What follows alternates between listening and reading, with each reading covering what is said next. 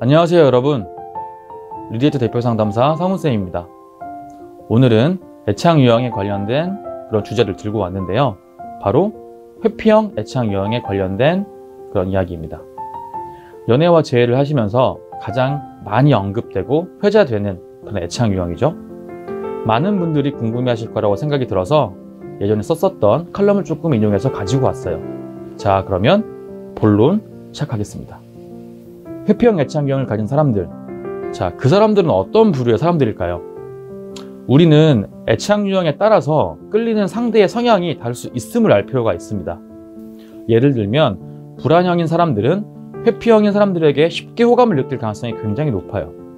회피형인 사람들은 본인이 가지고 있는 색깔이나 가치관이 확고한 편처럼 되게 그렇게 보이고 자존감이 높아 보이는 사람들이 많아서 그런 부분에서 결핍을 가지고 있는 불안형이신 분들은 그런 사람에게 쉽게 호감을 느끼게 되고 그 사람이 가지고 있는 그런 매력에 대해서 많이 끌리게 됩니다. 회피형 사람들은 기본적으로 연애 자체가 1순위가 아니에요. 1순위가 아니라기보다는 연애 말고도 다른 분야나 다른 부분에서 가치를 찾는 분들이 굉장히 많기도 하고요. 이 사람들은 보통 자기 자신의 삶을 우선순위로 두기 때문에 본인이 하고 있는 일이나 학업에 집중하는 경우가 상당히 많습니다. 자, 그런 부분에서 이 사람들은 어떤 한 가지 일을 시작하고 마무리가 되면 다음 일은 뭐지? 라고 생각을 하면서 그 다음 할 것들을 찾는 사람들이기도 합니다. 그래서 보통 멀티태스킹이 안 되죠. 자, 우리 불안형 애착을 가진 분들 같은 경우에는 일을 하면서도 밥을 먹으면서도 좋아하는 사람이 생각이 나고 사랑하는 사람이 생각이 나는데 회피형 애착이신 분들은 사실 그 정도는 아니에요. 그래서 보통 불안형이신 그런 분들이 회피형이신 분에게 야, 너는 화장실도 안 가? 밥도 안 먹어? 너 물도 안 마셔? 담배도 안 펴? 그런 시간에 나한테 연락 한번 해주면 되는 거잖아 라는 식으로 나무라면서 표면적으로 서운함을 표출하는 경우가 굉장히 많습니다. 회피형이신 분들은 기본적으로 스트레스를 만들려고 하시는 분들은 아니에요. 그래서 이 사람들은 자기 자신의 스트레스를 케어하기 위해 자기 자신만 아는 계획을 만들어 살아나가는 그런 플랜맨들이 많습니다. 문제는 이런 자신의 계획과 이런 플랜들을 다른 제3자나 내 여자친구한테 딱히 공유를 하지 않는다는 게 가장 큰 문제겠죠. 그래서 회피형을 만나고 계신 불안 유형을 가지고 있으신 분들 중에서는 약간 즉흥적인 성향을 가지고 있으신 분이라면 조금 연애가 답답하게 흘러갈 수 있어요. 상대방이 회피형이라면 그런 것들을 별로 좋아하지 않을 거니까요. 회피형 사람들은 본인이 가지고 있는 성향을 어느 정도 스스로가 알고 있어요. 어쩔 때는 본인이 내가 연애를 하면 안 되는 사람인가? 라고 할 정도로 그렇게 인식하는 경우도 많습니다. 자, 그렇지만 머리로는 이해를 하긴 하는데 자기 자신이 가지고 있는 귀찮음이나 스트레스 때문에 상대방의 서운한 감정들을 애써 풀려고 노력하지 않는 것도 있어요. 이 사람들은 애초에 맞는 사람이라면 굳이 서로가 노력하지 않아도 연애가 오랫동안 잘 지속될 것이다 라고 여기기 때문에 노력을 하는 경우가 거의 없는 경우도 있어요. 자, 이 부분이 인간관계 자체에서 보여지는데 주변 사람들 또한 자기 자신이 어떤 모습이라도 어떤 행동을 한다고 하더라도 그냥 편하게 자기를 대해주고 언제든지 받아주는 그런 사람들을 주변에 두고 살아갑니다. 이것의 이유는 또한 자기 자신의 스트레스 때문이죠.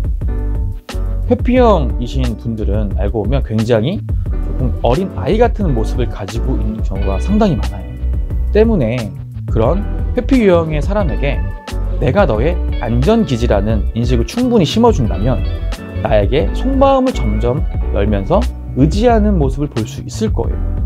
자, 이런 의지하는 모습에서 굉장히 그런 어린 아이 같은 면모를 보여지게 되는데 초반의 관계를 형성을 하거나 호감을 쌓아나가는 그런 단계일 때 보여주었던 모습과는 굉장히 다른 정말 어린아이 같은 모습으로 나한테 보여주게 됩니다. 자, 여기까지 보셨던 분들은 그 사람이 정말 나를 신뢰했고 떠나지 않을 거라는 사람으로 인식했다고 판단을 하셔야 됩니다. 자, 그래서 이 사람들을 다룰 때는 정말 어린 아이같이 다뤄줘야 합니다. 그렇지만 또한 대놓고 이렇게 대하게 된다면 그 사람들은 자신의 자존심에 상처를 조금 입을 수도 있어요.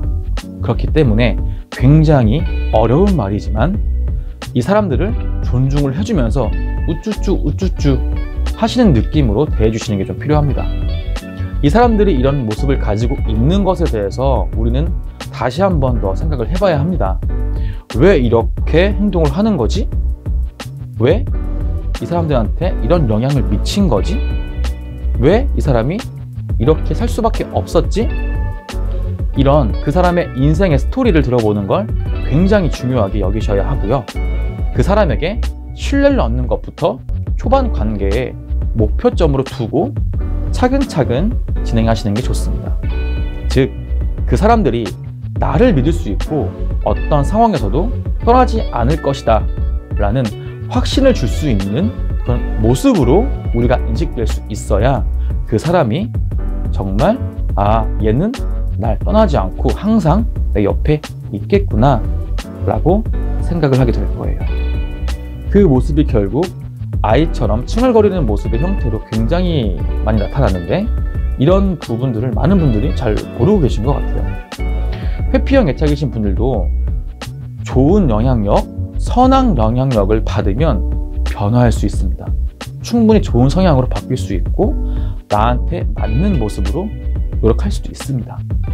너무 회피형 애착에 대해서 되게 안 좋은 애착 유형이야 라고 일반화를 하셨던 분들은 이번 영상으로 조금 도움이 되셨으면 좋겠어요. 자, 오늘은 여기까지. 회피형 애착 유형에 대해서 더 궁금한 게 있으시면 편하게 리레이트 상훈쌤을 찾아주세요. 저희는 언제나 여러분들을 기다리고 있습니다.